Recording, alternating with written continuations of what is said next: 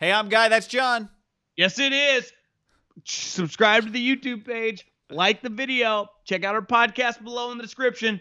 Do it now. Is there a lesson in this year for Kyle Shanahan? Watching Josh Allen, we've been watching Russell Wilson, seeing that his team doesn't struggle with Jared Goff, we'll see him again, but Kyler Murray, feels like he's going to be given the division nightmares in the league for the next decade. Seeing the way Monday Night Football turned out, is there a lesson in all this for Kyle? Seeing the way the Packers look, I know they played well against Aaron, but seeing the way the Packers look running his offense? I think there's a lesson just in the last 3 or 4 years in the NFL. If you don't have a top 5 or 6 talent in the league at quarterback, you have to go get it and do everything you can to get it. And the moment you give Jared Goff huge money, you limit your chances to build your team. And I have no problem giving a premium quarterback the max contract. I cannot give, like Baker Mayfield, it kind of feels like he's moving in the right direction. I can never give Baker Mayfield $35 million a year because the moment I do that, and I think the Browns and the Rams are really good examples. They're going to be double-digit win teams. They're going to be in the playoffs. They might win a playoff game or two. Like they're going to be tough outs. It's going to be hard for them to maintain what they have going on. The Rams specifically, because they're so top heavy, but their biggest contract is Jared, who we think is their worst good player. And the Browns have themselves a question, are we going to give Baker Mayfield a 5th-year option? Kyle, the last 4 or 5 weeks, they were 1-4. Russell killed him. Rodgers killed him. Josh Allen killed him. It's crazy because Mullins is off to this historic start in his career, John. I don't know if you saw that graphic. Monday Night Football. If you run a franchise, I can't pay. And I know it's what are you going to do? What are you going to do? What are you going to do? You got Baker Mayfield. Just stay in the middle lane. No, well, you just limit your ability. And I think the more and more you stay aggressive trying to get these top-end guys and taking flyers and moving up in the draft to be aggressive, you give yourself the opportunity to be a sustainable operation. Because what I watch out of the Bills on Monday Night Football, I've never felt stronger. Lamar Jackson can't do that. For example, that draft class we've talked a lot about. Josh Allen is the no-brainer pick in the NFL in his draft class for the next decade. And it really just comes down to 2 guys. I know Baker has moments, but Baker's not talented like those guys. So you have to find, and I think Kyle had to have learned this the last couple of years. Last year he made the Super Bowl with an absolutely stacked roster. And his quarterback was making really good money, but it was 80% of what a max quarterback. So you still had some wiggle room, but it was still a lot. But Jimmy played to that 80%, right? For the most part. He played to that contract and was fine. But the moment this year, it kind of went the other way. And you're I need him to play not 80%, but 90%. He couldn't do it. And then he gets injured. I just wonder if the way this season played out, and he's seen, because part of being Kyle just watches the quarterback right in front of him on the other team, has to be saying to himself, do we have to do the 2 first-rounders if we're drafting 12 to get a guy that I really like? Yeah. Because I don't think you can win consistently in the NFL. You can have a year like the Niners had. You can have a couple years ago like the Bears had when they go 12-4, when all things go perfectly. But for the most part, the next year's going to go down. Yeah. So 2 things. One, I do think it's different for different organizations at this juncture. The Niners were in the Super Bowl last year. So now just making the playoffs is great. I do think if you give Kyle a semi-healthy team and he can clearly identify offensive talent, I just think every year that he's your coach, you're going to have a chance to win 10 games. Even if you have a middle-of-the-road quarterback, just if you got a top 17 quarterback, he's going to give you a chance to win 10 games because he's that good. And we can say, in the draft, I think we can trust him, especially with offense. He missed on Dante, but he's now nailed 2 receiver picks back-to-back, right? And clearly you can run the football. But the Browns as an example, for the Browns paying Baker, I totally agree with what you're saying. If he doesn't turn into an elite quarterback, it's going to limit your ability. You're not going to be able to win a Super Bowl or win the AFC. But, John, they're about to win 10 games for the 6th time in our lifetimes. But see, I'm not talking about the Super Bowl. I'm just talking about consistently getting to the playoffs. I get it. But what I'm saying is, with Stefanski, Baker might have a chance to just be a top 16 quarterback, solid every year, where his contract doesn't it keeps you from being able to really go to the next level. but it doesn't hold you back from being a playoff team because I think Stefanski's pretty good, and maybe Baker can just kind of get – Baker's just going to have a chance. The one thing I'll say with him this year is the kind of noisy, drama-filled start to a been much career more mature for sure that we thought Baker might have, like frenetic. It's kind of settled down because they got a solid coach, solid organization. His commercials are funny, but you don't really see him beyond that. So maybe that thing's kind of settling down. But so you would pick up Baker Mayfield's fifth-year option? Yeah, I just think they don't really have a choice, and their organization's been so bad that it's just like, look, I would. Again, I think Baker, maybe I was a little low on him a month ago. He's probably like $20 million quarterback. The problem is you might have to pay him like 38. I don't think he's a superstar. And so then you make that decision another time. But at this point, I think you just roll with what you got and you go, look, maybe our coach can turn him into something that can win you a few playoff games. I think that possibility exists. The only other thing from what you said that I would disagree with a little is I think it's probably you need a top 10 quarterback, not a top 5 quarterback. Yeah, you just need a really good player. And I don't would need say a the first top ballot 10 Hall of Famer. Phillip Rivers. The really good players are the top 10, top 12 guys, right? Like even if we took Phillip and Tom out because they're older, but you'd go Mahomes, Watson, Wilson, Josh Allen. I mean, Rodgers still, obviously. Herbert, Kyler, Burrow. I mean, you would have put Wentz in that category a little while ago. I'll even leave Breeze out. And, you need somebody in that. Stafford, top 2. Yeah, even a Stafford or Matt Ryan, like in their 25 to 32 range, right? Not maybe what Matt Ryan is now, but in the peak. But where do most of those guys go that you just listed in like the top 5? Right. The overwhelming majority of the names you listed are 1, 2, 3 rangy, right? Yep.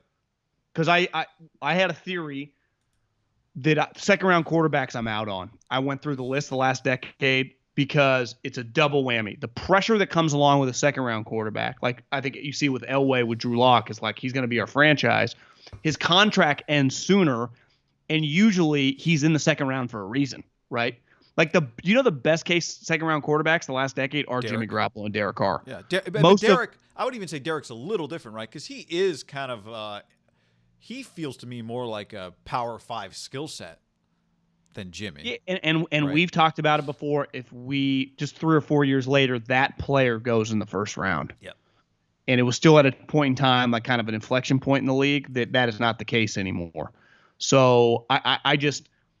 If the Niners are going to get a quarterback that's going to be their future quarterback, it's going to be in the first round.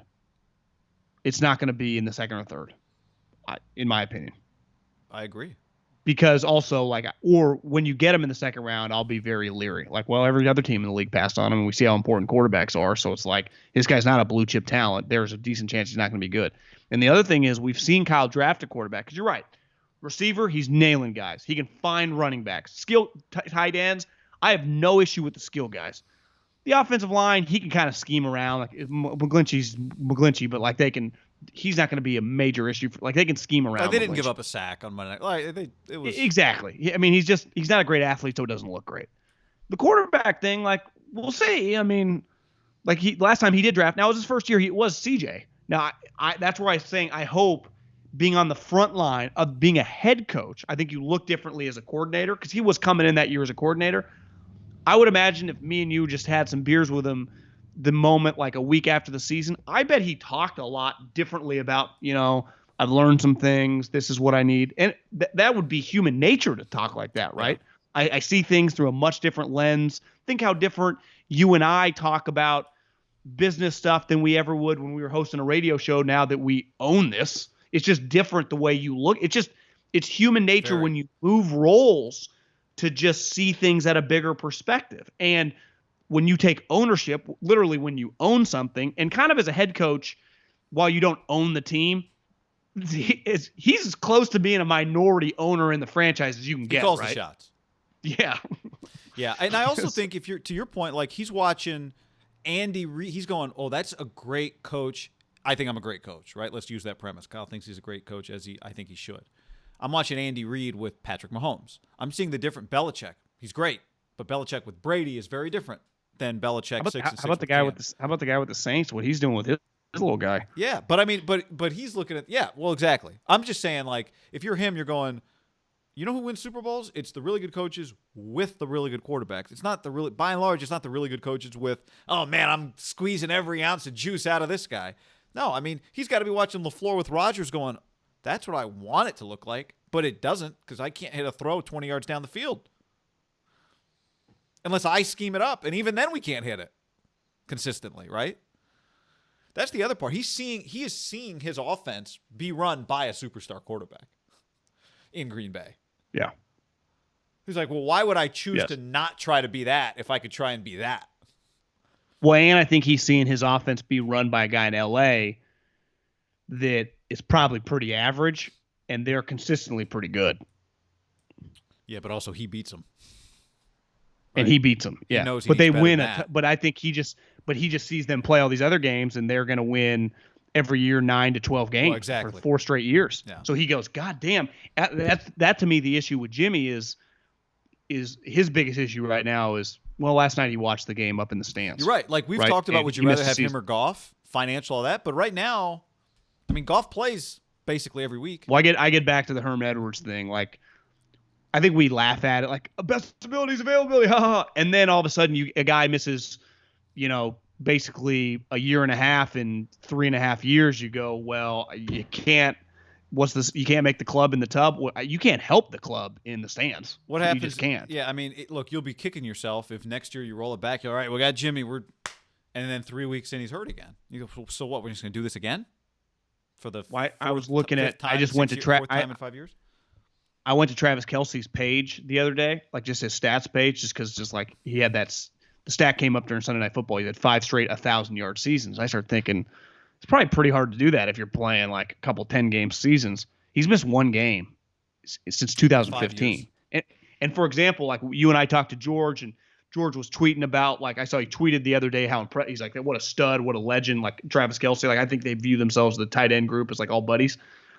One thing with George now is he just misses some games. Yeah. Like part of Travis becoming an all-time great, which I think George would become if he played, was like you got to stretch together like 3 straight years where you don't miss a game because you will just dominate. Gronk, it was just so good for like that 3 or 4 year period, and then he just started missing games. Also, it was like he just playing in such high leverage, incredible games. Yeah. Playoff. They just have to find a way to keep their best players on the field. I think we'd agree with the quarterback thing, but just in general, they have no chance to win big. The Rams are a good example. The Niners are better than the Rams when they play each other. But the Rams, Aaron Donald plays every game. Jared Goff plays every game. Hell, like Woods and Cooper Kupp. Every time I look, they're in the game. Like I think they were the most top-heavy team probably in the league. But they're top. Jalen Ramsey, like, I saw Sean McVay was like, he was only able to play 70%. He's battling through some stuff. He still plays. Yeah. Like their guys do play. Well, the quarterback is also your healthy, highly skilled top 12 quarterback is your safety valve. Because I texted you know who the backup is for the Rams? Because I honestly don't. Is it Sean Mannion? I have a guess. That would be my guess, but yeah.